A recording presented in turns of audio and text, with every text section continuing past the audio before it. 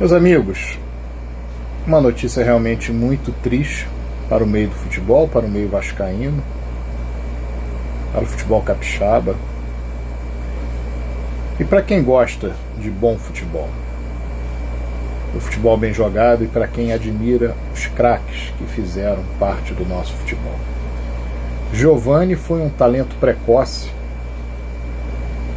que já se tornou campeão estadual profissional pela Desportiva Ferroviária com 16 anos de idade em 1980. Uma novela para ele chegar no Vasco em 1981. Posteriormente a isso, ele já foi campeão em 1982 pelo Vasco. Em 1983 foi campeão mundial de juniores, campeão sul-americano de juniores. No Mundial de Juniores foi o melhor atleta da competição, considerado o melhor jogador da competição e artilheiro da competição. No Vasco despontaria em 1984, no segundo semestre. O Vasco conquistou a Taça Rio, ele era um dos principais jogadores da equipe. Em 1985 foi convocado pela primeira vez pelo Evaristo Macedo, jogando pelo Vasco para a seleção brasileira. Passou um período de transição entre 1985 e parte de 1986, voltaria à titularidade. Em 1987 conquistou o Campeonato Carioca, fazendo gols importantes, principalmente na fase final da competição, e fundamentalmente um golaço contra o Bangu no triangular final. Naquele período, outros torneios que o Vasco venceu, além do Campeonato Carioca, ele foi também uma figura importante. A Copa Ouro, vencida contra o Rosário Central nos Estados Unidos, ele foi o autor do gol do título. O Vasco venceu por 2-1, sagrou-se campeão do troféu Ramon de Carranza. No ano subsequente, em 1988, foi o melhor jogador do futebol brasileiro na ocasião. Bicampeão pelo Vasco, campeão da Taça Rio, campeão do terceiro turno. Destaque na seleção brasileira. Nos Jogos Olímpicos, era o principal jogador da equipe brasileira e não pôde jogar a decisão contra a União Soviética, em função de suspensão por cartão amarelo, o acúmulo de cartões amarelos. No Campeonato Brasileiro de 88 era a principal figura do Vasco. O Campeonato Brasileiro terminou em 1989.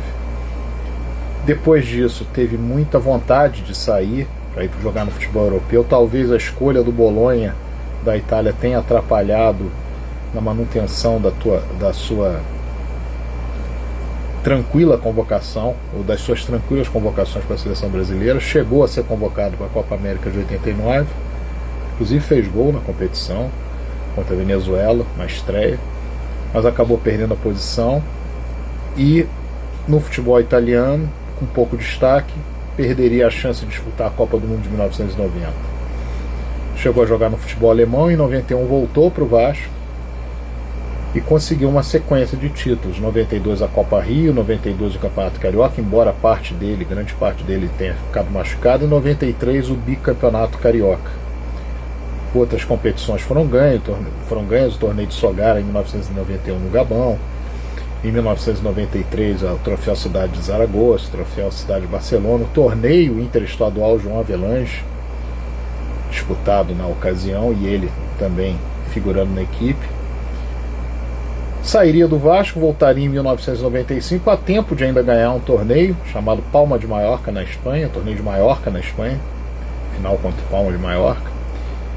Ficou pouco tempo no Vasco, ainda teve destaque no futebol capixaba, conquistando títulos, mas foi um atleta que sempre esteve jogando um futebol de muito talento, de muita habilidade, com muita visão de jogo.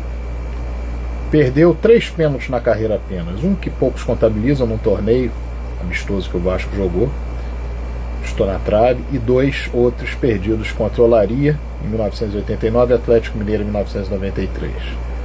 Mas 3 em inúmeros. A média dele de acertos em pênalti é absolutamente sensacional.